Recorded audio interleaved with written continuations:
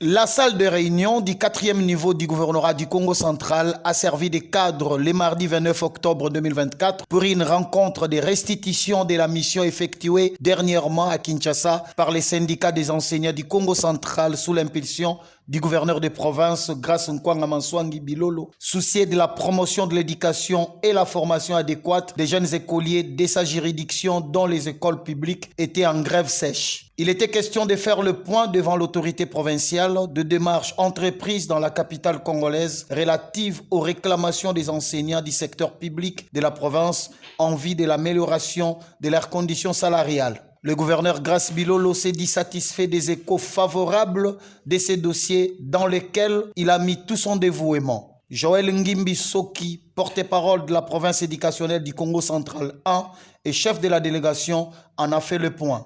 La nature de cette mission, c'était pour aller déposer notre cahier de charges et en faire le suivi.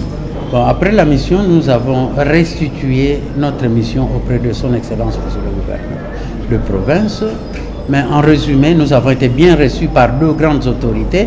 D'abord par la ministre de l'Éducation nationale et Nouvelle Citoyenneté, et ensuite par l'honorable président de l'Assemblée nationale. Ce sont les deux personnes qui nous ont reçus à Kinshasa et desquelles nous tirons des bonnes informations pour l'enseignant. Parce que les avancées des Bibois sont déjà en cours d'exécution. Et puis, la politique salariale de l'enseignant, ça c'est l'affaire du budget 2025.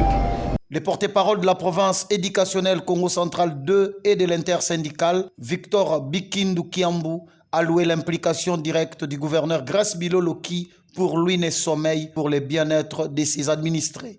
C'est une exception que nous vivons dans la province du Congo central 2. D'abord, vous voyez l'ambiance entre l'Assemblée provinciale, le gouvernement provincial, c'est très bien. Et maintenant, nous voyons aussi que le gouvernement provincial est collé aux syndicalistes. C'est pour dire que l'enseignement doit nécessairement connaître des avancées, un changement spectaculaire.